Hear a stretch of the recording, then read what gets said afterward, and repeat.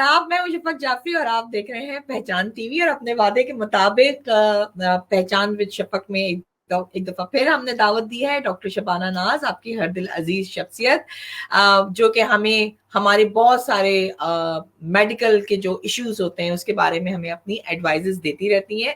पहचान का एक बड़ा खास हिस्सा है और डॉक्टर शबाना के बगैर एक हफ्ता गुजारना बड़ा मुश्किल हो जाता है। तो पहले तो मैं वेलकम करती हूँ डॉक्टर शबाना को। अस्सलाम वालेकुम, कैसी हैं आप? वालेकुम अस्सलाम। बिल्कुल, मैं बिल्कुल ठीक हूँ। आप कैसे हैं? आप सब लोग, आपके व्यूवर्स हमारे सारे कैसे हैं? उन सबको भी बिल्कुल ठीक सलाम पहुंचे। है। ऑस्ट्रेलिया में चल रहा है लॉकडाउन और आपके लिए बहुत सारी फरमाइशों की लिस्ट हो गई है, तो मैंने कहा अब आपको जहमत दे, क्योंकि लॉकडाउन में अब हमें कुछ काम की बातें करने का मौका मिल जाएगा आपके साथ। अच्छा, मैं आपको ये भी बता दूं व्यूअर्स के, डॉक्टर शबाना हमारे साथ पाकिस्तान से हैं और पाकिस्तान में अगर संडे की सुबह हो तो आप सोच सकते हैं कि उनको कितने सारे काम होंगे, लेकिन वो हमारे लिए उठकर आएंगे और मेरी रिक्वेस्ट पर कि मैं दो चार इश्यूज ऐसे थे कि जिन पे बात करनी थी। डॉक्टर शबाना, आज हम आपसे बात करेंगे जो कि मैं हैरान हूं कि इतनी दफा हम मेरे ख्याल में मुख्तलिफ प्रोग्राम्स में बात कर चुके हैं थायराइड पे, थायराइड के इशू पर पर्टिकुलर हमने कोई सेपरेट प्रोग्राम थायराइड पे नहीं किया था। जितने भी लोग जो मुझे भी फॉलो कर रहे थे, जिनको लगता है कि मैंने वो 30 kg वेट लूज करके बहुत बड़ा धमाका कर दिया, उन सब का एक यही सवाल था और सबके पास जो कॉमन प्रॉब्लम थी वो थी थायराइड की। मेरे पीछे कुछ गिर गया, कोई बात नहीं। अच्छा डॉक्टर शबाना, हम ना फिर इनिशियल स्टेज से बढ़ते हैं उन लोगों के लिए भी कि जिनको थायराइड का इशू है और उन लोगों के लिए भी जिनको थायराइड के बारे में पता ही नहीं कि उनको थायराइड है भी या नहीं भी। और वो जब वेट बहुत ज्यादा बढ़ जाता है तो पहला जो अब हमें वो नीम हकीम खतरा है जान देखते ही लोग कहते हैं थायराइड का इशू तो नहीं है, तो मैं थायराइड चेक करा लो। तो डॉक्टर शबाना, सबसे पहले थायराइड होता क्या है, हम इस पे बात करेंगे जी। बिस्मिल्लाहिर्रहमानिर्रहीम। सबसे पहले तो आप सबके व्यूवर्स को मेरा बहुत सलाम पहुंचे। और मुझे बड़ी खुशी होती है जब मैं अपने सारे दोस्तों को जो पाकिस्तान से बाहर हैं उनको भी कुछ ना कुछ मैं अपने इल्म से फ़ायदा उठा सकूं, क्योंकि मेरा पैगाम है मोहब्बत जहां तक पहुंचे। तो क्या मेरे बात जितने है। जितने मेरे बेहतरीन है। जी बिल्कुल, मेरे जितने पाकिस्तानी और दूसरे जितने भी आपके व्यूवर्स हैं वो सब मेरे मुझे भी इसी तरह अजीज हैं जितने, अब क्योंकि आप लोगों से इतनी मोहब्बत का रिश्ता हो गया है कि बड़ा अच्छा लगता है आप लोगों के साथ जब मेरा डे होता है। जी, अब हम थायराइड की बात करते थे। थायराइड एक्चुअली क्या है? थायराइड एक ग्लैंड है। ग्लैंड होता है हमारे ये गर्दन के सामने वाले हिस्से में बटरफ्लाई शेप में। ये हमारी ये विंड पाइप जिसे हम के हवा की नाली और हमारा जो है खाने की नाली ये जो जा रही है, इसके दोनों साइड पे तितली नुमा बटरफ्लाई, यानी आधा इधर आधा इधर, बटरफ्लाई की तरह का एक ग्लैंड होता है। इसके बिल्कुल नीचे पैराथायराइड ग्लैंड्स होते हैं। वो मैं बता रही हूँ थायराइड के साथ इसलिए कि वो ग्लैंड्स भी बिल्कुल थायराइड के नीचे होते हैं और बहुत इंपॉर्टेंट ग्लैंड्स होते हैं। ये हमारी बॉडी का कैल्शियम जो है उसका मेटाबॉलिज्म ब्लड में मेंटेन करते हैं। अच्छा, थायराइड ग्लैंड जो है ये एक हार्मोन सिक्रीट करता है जिस हार्मोन को कहते हैं थायरॉक्सिन या T3 T4।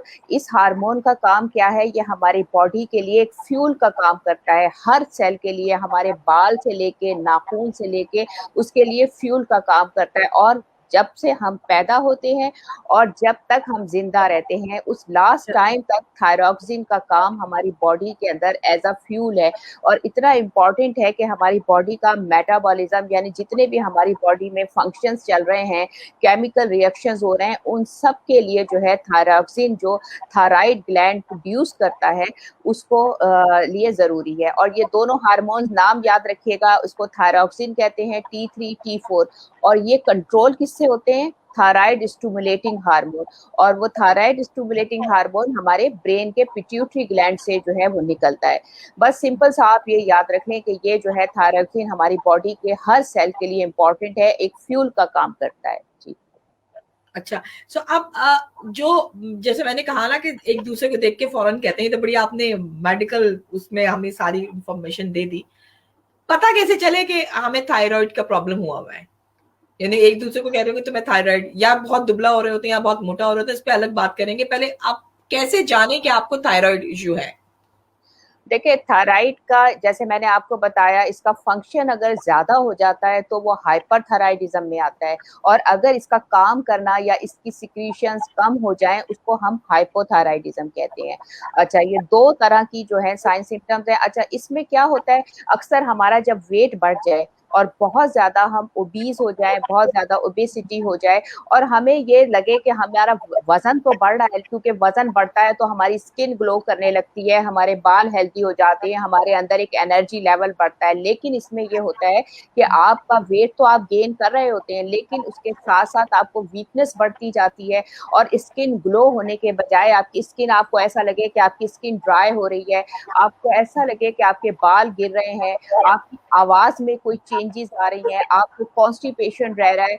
तो ये सारी चीजें जो है आपके जीआईटी यानी आपका पेट जो है वो अपसेट रह रहा है, अगर ये सारी साइन सिम्टम्स आपको महसूस हो रही हो तो आप फौरन अपने डॉक्टर से कंसल्ट करें और वो आपका टेस्ट जरूर कराएगा थायराइड का। हाँ, सो मुझे तो लग रहा है मुझे कॉन्स्टिपेशन प्रॉब्लम भी रहती है, मेरे बाल भी झड़ रहे हैं। तो मुझे मैं तो वैसे ही थायरोक्सिन ले रही हूँ, जैसे आपको मैंने पहले भी बताया था कि मुझे थायराइड की प्रॉब्लम थी, मतलब रीजन ये है कि मेरे फूलने की वजह वजह तो फिर पहले मुझे, फिर उन्होंने 50 से शुरू किया, फिर 75 हुआ, फिर 100 जो ग्राम कहते हैं, फिर उसके बाद उन्होंने वापस मुझे 75 पे लिया है और मुझे कहा है कि रेगुलर बेसिस पे करना है। अच्छा डॉक्टर साहब, जो मैं शायद एंड का सवाल बीच में आपसे कर रही हूँ, जी ये जी। लोग को जैसे वेट कम हुआ तो मुझे किसी ने मशवरा दिया, अब तुम थायरोक्सिन खाना छोड़ दो ना, क्योंकि बड़ा रेगुलर बेसिस पर हमको वो खानी होती है, और हम बहुत सारे लोग अपनी मर्जी से उसे छोड़ देते हैं। ये एंड का सवाल था, लेकिन मैं जरा पहले कर रही हूँ आपसे, क्योंकि मुझे हाँ भी मिली, मैंने भी कुछ अरसे छोड़ दिया, फिर मुझे मेरे डॉक्टर ने काफी डांटा, दोबारा ब्लड टेस्ट हुआ और फिर उन्होंने कहा कि नहीं, आप 100 के बजाय 75 मिलीग्राम वाली खाएं। तो ये मेरी मुझसे भी मिस्टेक हुई थी जी। देखें, जैसे अभी मैंने आपको बताया कि थायराइड, जो थायरॉक्सिन आप खाते हैं वो थायराइड के हार्मोन्स होते हैं जो वो रिलीज करता है। जब आपका थायराइड सर से सही से काम नहीं कर रहा, इसका मतलब ये कि आपको आपको जो है एक्सटर्नल सोर्स से जो है वो थायरॉक्सिन दी जा रही है, आपको वो चीज दी जा रही है जो आपका थायराइड ग्लैंड प्रोड्यूस प्रॉपर नहीं कर पा रहा। और ये चीज थायरॉक्सिन जो है वो आपकी बॉडी के एक एक सेल के लिए जरूरी है, उस सेल के फंक्शन के लिए, दिमाग के सेल, हार्ट के सेल्स, पेट हाँ, के, स्टमक के, किडनी के, हर चीज, बालों के, नाखून के, आंखों के, नाक के, हर एक सेल के लिए जो है ये काम कर, थायरॉक्सिन का इंपॉर्टेंट काम है। मेटाबॉलिज्म पूरा हमारा बॉडी का वो काम कर रहा होता है। लेकिन अगर आपको थायरॉक्सिन दी गई है तो इसका मतलब ये हो गया कि आपने अपने बॉडी के मेटाबॉलिज्म को सही करने के लिए वो चीज दी है, वो इतनी इंपॉर्टेंट है, और उसको कभी भी आपने अपनी मर्जी से नहीं छोड़ना। अगर आपने उसको अपनी मर्जी से छोड़ा तो आप सोचिए आपकी बॉडी का पूरा सिस्टम जो है वो डिस्टर्ब हो जाएगा, जो थायरॉक्सिन की वजह से कंट्रोल में आया। होता क्या है कि जब हम थायरॉक्सिन ले रहे होते हैं तो हम ये सोचते हैं क्योंकि थायरॉक्सिन को काम करना शुरू कर देता है, जो थायराइड जो है वो डिस्टर्ब हो गया, तो वो हम लोग एक्सटर्नल सोर्स से हम थायरॉक्सिन दे रहे हैं, तो आहिस्ता आहिस्ता जो है वो थायरॉक्सिन नेचुरल तरीके से जो है वो काम करना शुरू कर देता है, बिल्कुल उसी तरह जैसे कि थायराइड रिलीज करता है। तो उसके बाद क्या होता है कि हमारी बॉडी जब नॉर्मल होना शुरू हो जाती है, हम लोग ये सोचते हैं कि शायद अब हमें जो है वो थायरॉक्सिन छोड़ देना चाहिए, और हमें ये बात मालूम नहीं होती कि हमारी बॉडी जो नॉर्मल की तरफ आ रही है, हमारा फंक्शन जो नॉर्मल हो रहा है, उसकी वजह ये है कि जो हम एक्सटर्नल सोर्स से थायरॉक्सिन ले रहे हैं ये उसकी वजह से है। और अगर आपने एकदम से अपने डॉक्टर की मर्जी के बगैर थायरॉक्सिन छोड़ा तो उससे जो है आपके रिवर्स हो जाएंगे इफेक्ट, और ये भी पॉसिबल है कि आपको कोई नुकसान हो। तो कोशिश ये करें कि आप खुद से कभी भी ना तो डोज को कम करें, ना ही उसको अचानक से छोड़ें। तो कोशिश अपनी हर एक चीज देखें जिंदगी के लिए, अगर आपने थायरॉक्सिन शुरू की अपनी बॉडी को सही करने के लिए, तो उसको छोड़ के अपनी बॉडी को दोबारा से रिवर्स में या खराब तरफ मत लेकर आए। अच्छा, एक जी टेंशन होती है कि हम खामखा की दवाई खा रहे हैं, तो हम क्यों खा रहे हैं, हमारी बॉडी को जरूरत नहीं होती, हम खामखा दवाइयों पे, बाज लोगों ने मुझे ये आर्गुमेंट्स किए कि क्या जरूरत है, नेचुरल तरीके से करो। सो शायद एक बोझ कम करने के लिए, आप क्या समझती हैं? देखिए, कुछ चीज़ें ऐसी हैं जो आप नेचुरल तरीके से कर सकते हैं। जैसे अगर आपका डाइजेशन नहीं होता तो आप जो है उसके नेचुरल तरीके से पानी जो है वो हाइड्रेटेड रहे। कुछ चीज़ें ऐसी हैं जो आप नेचुरल फॉर्म में विदाउट मेडिकेशन आप कर सकते हैं।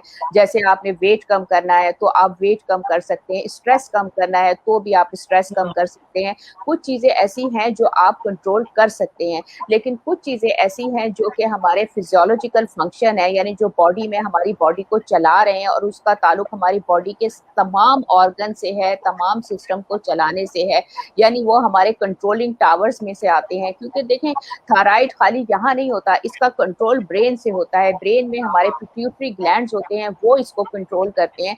तो आप ये सोचिए, ये इतनी इंपॉर्टेंट चीज़ है जिसका ताल्लुक हमारे ब्रेन से है, हार्ट से है। तो वो ऐसी चीज़ है जो हम बेशक हम नेचुरल तरीके से कर सकते हैं, लेकिन उस सूरत में जब हमारा डॉक्टर जो है हमारी डोज को मेंटेन कर दे, उसके साथ हमें न्यूट्रिशन बताए, हमें लाइफस्टाइल बताए, तो उसके साथ-साथ आहिस्ता-आहिस्ता वो डोज़ को भी कम कर देते हैं और आपका डॉक्टर जैसा मुनासिब समझेगा वो आपको बताएगा कि आप ख़त्म कर सकते हैं या आप उसमें गैप कर सकते हैं। ये बगैर कंसल्टेशन के आप बिल्कुल भी नहीं कीजिएगा। हाँ, अच्छा आप फिर से आसान लफ्ज़ों में बताएँ कितने कितने किस्म का होता है ये थायरॉइड? मतलब हम इसको फिर कैसे अलग-अलग वो जज करें? जी, थायराइड का जैसे बताया कि 2 किस्म का होता है। एक तो ये होता है कि जो थायराइड ज़्यादा मतलब काम करने लगे या इसकी जो सिक्रीशन ज़्यादा हो जाए उसको कहते हैं हाइपर। हाइपर का मतलब होता है ज़्यादा, और अगर जो है वो थायराइड का फंक्शन कम हो जाए, वो बॉडी में कम आए हो, और इसको हम कहते हैं हाइपो। हाइपो का मतलब होता है कम। तो 2 तरह के होते हैं, अगर इसका काम ज़्यादा हो जाए तो वो हाइपरथायराइडिज़्म कहलाता है, और अगर इसका फंक्शन या इसकी सिक्रीशन ज़्यादा हो जाए तो उसको हाइपर कहते हैं, कम हो जाए तो उसको हम हाइपो कहते हैं। तो ये 2 तरह का होता है, और इसी तरह से जो जितनी तरह का ये होता है उतनी ही इनकी दोनों की अलग-अलग साइन सिम्पटम्स होती हैं। तो जब आपका थायराइड जो है वो डायग्नोज़ हो जाता है तो उसके बाद आपका ये भी पता चल जाता है कि आपको हाइपर है, मतलब ज़्यादा हो रहा है थायराइड, या फिर आपको दुबले कम होते है। उसमें दुबले होने लगते हैं। किसमें? हाइपर में हाइपर। दुबले होते हैं। देखें, एक चीज़ ये है कि मैं आपको अब हमारा मकसद जो है किसी को डराना नहीं होता, हमारा मकसद अवेयरनेस है। अवेयरनेस से ये होता है कि आप किसी बड़े खतरे से बच जाते हैं। अगर कोई चीज़ आपको पता चल गई ऑलरेडी कि ऐसा होता है, तो हम उस खतरे से बच जाते हैं। मेरा मकसद कहने का ये है, अगर हम आपको बताएँ तो आप ये सोचें कि खुदा ना खास्ता, जैसे आप कह रही हैं मुझे ऐसा लग रहा है कि मुझे कॉन्स्टिपेशन भी है। तो मतलब साइकोलॉजिकली आप ये ना सोच लें कि ये आपको है। मतलब अवेयरनेस का मतलब ये होता है कि आपको उस बीमारी की, बट आपको ना हो, लेकिन आपके सराउंडिंग में अगर किसी को ये प्रॉब्लम हो रहा है तो आप उसको अवेयरनेस दे सकें। तो उसमें क्योंकि देखें, आगाही जो है, अवेयरनेस जो है वो बहुत अहम है, क्योंकि precaution is better than cure, ये वो वाली बात है। तो हाइपर का मतलब ये होता है कि हाइपरथायराइडिज्म वो बहुत कम पेशेंट में होता है और शाज़ो नादर होता है, और ज़रूरतन ये होता उन लोगों में है, खुदा ना खास्ता, जिनको कैंसर हो या फिर थायराइड का या कोई मैलिग्नेंसी हो। ज़रूरी नहीं, लेकिन ऐसा होता है, हाइपर उन कंडीशन में ज़्यादा होता है। इसकी ख़ास पहचान ये होती है कि आपके जो है थायराइड में आपको नोड्यूल्स, गुठलियाँ सी महसूस होना शुरू हो जाती हैं कि गुठलियाँ बन रही हैं, और आपको खाना खाने में प्रॉब्लम होगी, साँस लेने में प्रॉब्लम होगी, निगलने में प्रॉब्लम होने लगे, आपको पानी पीने में प्रॉब्लम होने लगे, तो उसमें आपको फ़ौरन ये समझ जाएँ कि हमें अब डॉक्टर से कंसल्ट करना है। ये हाइपरथायराइडिज़्म की ख़ास साइन सिम्पटम्स हैं जो आपको पता चलती हैं। अच्छा, इसका इसी तरह से फिर आप आगे करें, आप ट्रीटमेंट भी मैं आपको बताऊँगी, बहुत आसान ट्रीटमेंट है इसका। अच्छा, पहले पहले मुझे बताएं कि बच्चों को भी हो जाता है? कोई कमेंट्स लिखना चाहे तो प्लीज लिख सकता है। कोई चाहे कोई सवाल, तो ये बच्चों को भी हो सकता है, टीनेज के उनको भी, या फिर हम यही सोचें कि हम खवातीन मोटी हो रहे हैं तो हमें ही है होगा फिर? जी, ये हर एज में हो सकता है, लेकिन ये बहुत ज़्यादा कॉमन फीमेल्स में है। अच्छा, तो फीमेल्स में फीमेल, ज़्यादा कॉमन है। अब वो सब फीमेल जो है ना अपने गले को टच कर करके ही देख रही होंगी। बिल्कुल, अच्छा, बिल्कुल, आप लोगों को अपनी असेसमेंट खुद करनी होती है। अगर आपको कोई कैसे चीज़ करें? निगलने में तकलीफ हो रही है, आप गुठलियाँ महसूस हो रही हैं, आपको पानी पीने में, आपको खाना खाने में यहाँ तकलीफ हो रही है, तो आप फ़ौरन अपने डॉक्टर से कंसल्ट करें। ये हाइपरथायराइडिज़्म की भी साइन सिम्पटम हो सकती है, लेकिन वही आप सोचें नहीं ना, कुछ और बीमारी को भी आप समझ लें कि मुझे ये हो रहा है, ऐसा लेकिन ना नहीं, करें। अवेयरनेस भी करना चाहिए ना, अवेयरनेस होनी चाहिए, और फिर अगर आपको महसूस हो रहा है तो आप अपने तौर पे डॉक्टर के पास। देखने के बाद आप डॉक्टर के पास फौरन जाएं। सो बिल्कुल। ये मतलब ये फर्क होना चाहिए ना, आपको अवेयरनेस देने का मकसद ये है। अच्छा, आप इसकी ट्रीटमेंट पे भी बात करें, और इसमें कौन सी ग़िज़ाएँ खानी चाहिए, उस मतलब एक नेचुरल रेमेडीज़ की क्या होगी, और वैसे मेडिकल साइंस क्या कहती है, ट्रीटमेंट क्या होना चाहिए इसका? देखें, हाइपरथायराइडिज्म जैसे अगर आपका डायग्नोज होता है, उसके और भी बहुत से कॉजेज होते हैं, लेकिन सपोज अल्लाह ना करे अगर किसी को मैलिग्नेंसी है, तो उसमें पहले तो डॉक्टर टेस्ट कराते हैं, उसमें बायोप्सी करा के देखते हैं कि खुदा ना खास्ता मैलिग्नेंसी तो नहीं है। उसके बाद अल्ट्रासाउंड होता है इसका, तो उसके हाँ। बाद जब कंफर्मेटिव एक टेस्ट हो गए और डॉक्टर्स ने कंफर्म कर लिया कि इसको जो है वो थायराइड है, तो वो इसमें आजकल तो बहुत आसान है, पूरे का पूरा थायराइड ग्लैंड को निकाल देते हैं। थायराइड हाँ। ग्लैंड को जी बिल्कुल निकाल देते हैं, और लेकिन उसको निकालने के बाद एक ये है कि जो काम थायराइड कर रहा था, जैसे मैंने आपको बताया थायरॉक्सिन बना रहा था, तो उसके लिए छोटी सी गोली मिलती है थायरॉक्सिन की हमारे यहाँ, वो आपने सारी जिंदगी खानी है। यानी आपने वो फंक्शन जो थायराइड नहीं कर रहा अब आपकी बॉडी में नहीं है, तो अब आपने परेशान होने की जरूरत नहीं है, बस आपने थायरॉक्सिन की एक गोली जो है वो आपने फॉरएवर लेनी है, ताकि आपकी बॉडी का सिस्टम चलता रहे। अच्छा, इसके अंदर ये है कि लोग बहुत डरते हैं, मेरे पास बहुत सारे पेशेंट्स आते हैं, गूगल पे इंटरनेट पे पढ़ लेते हैं कि जी थायराइड के ऑपरेशन से बड़े खतरनाक नताइज निकलते हैं, बहुत सारी चीजें ऐसी होती हैं। हाँ, खौफ है, ऑपरेशन के बारे में बताएं कि क्या मतलब, कैसा होता है, कितनी देर का होता है, और क्यों करना जरूरी है?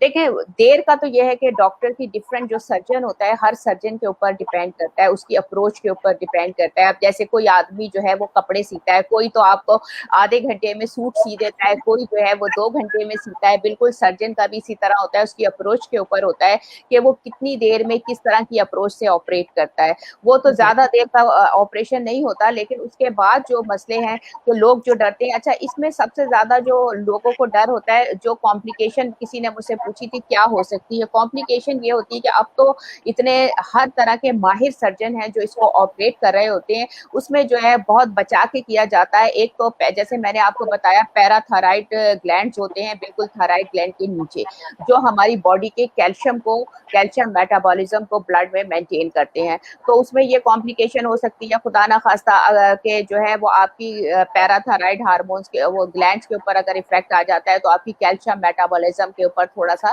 फर्क पड़ सकता है। या फिर यहाँ से जो है फेरेंजियल के ग्रोसोफेरेंजियल एक नर्व जारी होती है, जो कि हमारी वॉइस को, साउंड हमारी जो है उसको कंट्रोल करती है। अगर उसको, लेकिन जो है सर्जन इसमें बहुत एहतियात करते हैं कि उस नर्व को बचाएं जो कि हमारी आवाज से रिलेटेड होती है, उसको कंट्रोल कर रही होती है मसल्स को, और दूसरा पैराथायराइड जो ग्लैंड्स हैं उनको। तो ये दो से छोटी छोटी सी कॉम्प्लिकेशंस हैं जिसको डॉक्टर, जो एक्सपर्ट डॉक्टर्स हैं, वो बहुत एहतियात से करते हैं। और सबसे बड़ा जो है कि ये आपने थायरॉक्सिन इसमें हमेशा के लिए जो है वो आपने खानी होती है, एक दिन भी आपने मिस नहीं करना अपनी डॉक्टर की उसके बगैर, क्योंकि जब थायराइड नहीं है तो आपको उसके लिए कोई ना कोई चीज एक्सटर्नल सोर्सेज जरूर लेनी है। अच्छा, अगर हम नेचुरल तरीके से यानी ग़िज़ाओं से सही करना चाहें अपने आप को, तो कौन सी बेस्ट ग़िज़ाएं जो हमें खानी चाहिए? जी, अच्छा देखें शफ़क़, इसमें ये होता है कि अगर आप हाइपर में हैं, फिर तो आपके पास ग़िज़ा तो आपने खानी है, वो तो वही खानी होंगी जो हाइपो में खानी है। लेकिन हाइपर में जो है आपको फ़ौरन मेडिकल ट्रीटमेंट की ज़रूरत है, और उसके साथ मैंने आपको बताया। लेकिन अगर आप हाइपोथायराइडिज़्म में जाते हैं, हाइपो में ये होता है कि इसमें आप ये जो आपके हार्मोन्स हैं, जब ये स्लो डाउन होते हैं यानी कम होते हैं, तो आपकी बॉडी का मेटाबॉलिज्म कम हो जाता है, यानी आपकी बॉडी जो है वो स्लो हो जाती है। ठीक है, आपका कम थायराइड हुआ, आपकी बॉडी कम मतलब स्लो हो जाती है, आपका हर फंक्शन स्लो हो जाता है। जब बॉडी बॉडी का फंक्शन स्लो होता है, मेटाबॉलिज्म स्लो हो जाता है, तो आप जो कैलोरीज ले रहे होते हैं, जो खाना ले रहे होते हैं, वो आप कम इस्तेमाल होता है। ज़ाहिर है बॉडी काम ही नहीं कर रही, तो आपने जो खाना खाया वो खाना जो है वो स्टोर हो जाता है, फैट बन जाता है, और मोटा होता है इंसान, ओबीस हो जाता है। इसीलिए जो है थायराइड में जो है आपको डाइट का जो है बहुत ज़्यादा ख्याल रखना होता है। सेकंड जो है, आपको जब थायराइड होता है, ओबेसिटी होती है, तो उसकी वजह से आप कोलेस्ट्रॉल लेवल भी जो है इसमें आपका बढ़ जाता है। जब आपका कोलेस्ट्रॉल लेवल बढ़ेगा, ऑटोमेटिकली जो है वो आपका ब्लड प्रेशर बढ़ सकता है, आपको डायबिटीज़, ओबेसिटी की वजह से आपको डायबिटीज हो सकती है। तो ये बहुत सारे ऐसे कॉजेज हैं जो इंटर रिलेटेड है, अगर एक होता है तो उसके बाद दूसरा, दूसरा होता है तो तीसरा। इसमें सबसे अहम जो ग़िज़ाओं के लिए है कि देखें, सबसे पहले तो आपने अपना आइडियल बॉडी वेट मेंटेन करना है। आइडियल बॉडी वेट जब आप मेंटेन करेंगे तो उससे आपकी जो आपका स्लो हो गया है मेटाबॉलिज्म, वो आप कैसे करेंगे, हाइड्रेटेड रहना है, पानी पीना है आपने बहुत ज़्यादा, और दूसरी चीज़ जो है आपने एक्सरसाइज जो है और वॉक, वॉक अलग है और एक्सरसाइज अलग है। कुछ लोग जो है वो एक्सरसाइज और वॉक एक ही टाइम में, आपने 30 to 45 मिनट्स की आपने वॉक करनी है 6 डेज इन अ वीक, उसके साथ 20 मिनट्स की जो है वो आपने एक्सरसाइज करनी है। ये ये आपको बहुत इम्पोर्टेंट पॉइंट है, बताएं, क्योंकि मैं भी कंफ्यूज रहती हूँ उसमें। आप जी कह जी रही हैं 30 मिनट की आप वॉक करें और उसके बाद या 30 मिनट या 20 मिनट आपने एक्सरसाइजेस जरूर करनी है। शबाना, बिल्कुल। अलग से आपने इसके ऊपर एक प्रोग्राम भी करवाना है, लेकिन अभी हमें जल्दी से बताएं कि एक्सरसाइजेस कौन सी होनी चाहिए। हाँ, देखें, हर अब इसमें डिफरेंट एज ग्रुप होता है। थायराइड में कोई एक एज ग्रुप नहीं है, डिफरेंट टाइप के एज ग्रुप्स हैं। तो उसमें सबसे सिंपल, किसी को आर्थराइटिस है, अगर बूढ़े लोग हैं तो वो एक्सरसाइजेस नहीं कर सकते। कोई सबसे पहले एक्सरसाइज के लिए एक एक्सरसाइज साइकिल जो है वो आप अपने घर में रख लें, वो सिंपल सा जो है वो आप एक्सरसाइज घर में कर सकते हैं। ट्रेडमिल आपने नहीं यूज करना। ट्रेडमिल जो है वो आपके नी ज्वाइंट पे जो है वो इफेक्ट करती है और उसकी कार्टिलेज को डैमेज करती है। ट्रेडमिल का इस्तेमाल आप लोग खत्म कर दें। स्विमिंग आप कर सकते हैं, बहुत अच्छी एक्सरसाइजेज है। आप वॉक कर सकते हैं, ब्रिस्क वॉक कर सकते हैं, सिंपल वॉक कर सकते हैं। ये वॉक जो है वो आपकी फुल बॉडी एक्सरसाइज है। अगर कुछ लोग ऐसे हैं जो बूढ़े हैं, घर से बाहर, तो आप कुर्सी पे बैठे बैठे इस तरह से आप वॉक कर सकते हैं, पूरा हाथ और पैर चलाएं। तो बहुत तरह की एक्सरसाइज है, बहुत तरह की वॉक्स हैं, ये आप सिंपली जो है वो आप अपने घर में कर सकते हैं। अगर आपके पास बड़ा जो है जॉगिंग ट्रैक नहीं है, कहीं बाहर नहीं जा सकते, तो अपने घर के कमरे में ही जो है वो आप वॉक करें और अपनी एक्टिविटी को तेज कर दें। जैसे मैं हमेशा आपको बताती हूँ, जब आप अपनी एक्टिविटी तेज करें, आप खाना भी खा रहे हैं तो आपने अपने किचन में जा जाके चीज लेकर आनी है, एक ही जगह इकट्ठे होकर बैठ के नहीं खा लेना। फौरन जो है वॉक करते हुए चीजें, पानी लेने कूलर दूर रखें, वहां से आप फ्रिज में से पानी लेने जाएं। इसी तरह से फोन आए तो आप चलते हुए काम करें, यानी बॉडी को एक्टिव करें ताकि उससे हीट प्रोड्यूस हो और आपका मेटाबॉलिज्म जो है वो आपका तेज हो। तो इसमें सबसे पहले तो आपने अपना बॉडी वेट, इसमें एक पंच कहते हैं, दो काज वाली बात है, यानी आपने एक तो वेट भी कम कर लिया, अपना मेटाबॉलिज्म भी फास्ट कर लिया और आपने थायराइड को भी, एक्टिविटीज को कंट्रोल करा। अच्छा, और उसके बाद इसमें कुछ डाइट आपने पूछी है। हाँ, मैं डाइट, मतलब मैं अभी अब थायराइड से रिलेटेड ही पूछना चाह रही थी। जो आप डाइट बताएं, हम दूसरा प्रोग्राम करेंगे इंशाल्लाह, तो उसमें एक्सरसाइज और डाइट दोबारा से बताएंगे। जी डॉक्टर शबाना। अच्छा, इसके अंदर कुछ ऐसी डाइट है, कुछ ऐसी चीजें हैं जिसको हमने सिर्फ, अब आप ये एक फॉर्मूला ये याद रख लें, वो चीजें आप याद रखें जो आपने नहीं खानी, ठीक है। वो ठीक चीजें है। आपने अच्छी एक फुल जो है वो आपने न्यूट्रिशन लेनी होती है, लेकिन कुछ ग़िज़ाएं ऐसी हैं जो इसमें हमें छोड़नी होती हैं। उसको उसमें गोभी है, किसी भी किस्म की गोभी, कैबेज जिसे आप कहते हैं, पत्ता गोभी है, फूल गोभी है, कैबेज जो है वो आपने छोड़नी है। और स्पिनच यानी सरसों का साग, सरसों का साग आपने नहीं खाना। मूली, कैरेट, शलजम, टर्निप, ये सारी चीजें जो हैं ये आपने अवॉइड करनी है। इसके अलावा आपने स्पाइसी चीजें जो हैं वो अवॉइड करनी है। और प्रोसेस फूड जो है वो भी जो है इसमें नुकसानदेह होता है। बहुत ज्यादा नमक वाली चीजें, बहुत ज्यादा मिर्च वाली चीजें और प्रोसेस चीजें तो बिल्कुल आपने नहीं लेनी होती। कार्बोनेटेड ड्रिंक्स जो है वो आपने अवॉइड करने होते हैं। उसके अलावा गुर्दे, कलेजी, ये इस टाइप की चीजें जो है ये आपने अवॉइड करनी है। तो जो सब्जियों में तो बस 3-4 चीजें हैं, इसमें गोभी है, पत्ता गोभी, फूल गोभी, कैबेज है, कॉलीफ्लावर है, और उसके अलावा ये शलजम है, टर्निप जिसे आप लोग कहते हैं, स्पिनच है, वो नहीं खानी, मूली नहीं खानी। ये चीजें ऐसी हैं जिनको आपने अवॉइड करना है। बाकी आप हर तरह की चीजें खा सकते हैं, बस उसमें इन चीजों का ख्याल रखें जो मैंने आपको बताई है कि स्पाइसी ना हो, कार्बोनेटेड ड्रिंक्स ना हो आपकी। जी हाँ, ये जो कैबेज का बताया आपने, हम तो खाते थे बहुत ज्यादा, लेकिन थायराइड वालों को नहीं खानी चाहिए, ये मैंने अभी सुना और अब एहतियात करना है। बहुत अच्छा कि आपने हमें ये खास कुछ वो वेजिटेबल्स भी बता दी जो कि हम लोग रेगुलर बेसिस पर सैलेड के तौर पे खा रहे होते हैं। सो यकीनन आप लोगों को बहुत फायदा हुआ होगा। Thank you so much doctor Shabana, thyroid के ऊपर बड़ा डिटेल से आपने ये बता दिया। तो एक चीज सॉरी, बताइए। आपका टाइम खत्म हो रहा है। ये जो प्रेग्नेंट फीमेल्स हैं उसके लिए मैं बताऊं एक चीज, जैसे कि प्रेगनेंसी में बहुत सारी चेंजेस, फिजियोलॉजिकल चेंजेस यानी हमारी बॉडी के सिस्टम में होती हैं। इसी तरह प्रेगनेंसी में थायराइड जो है 5 to 10 या 15% थायराइड का साइज बढ़ जाता है, उसकी एक्टिविटी कम या ज्यादा हो सकती है।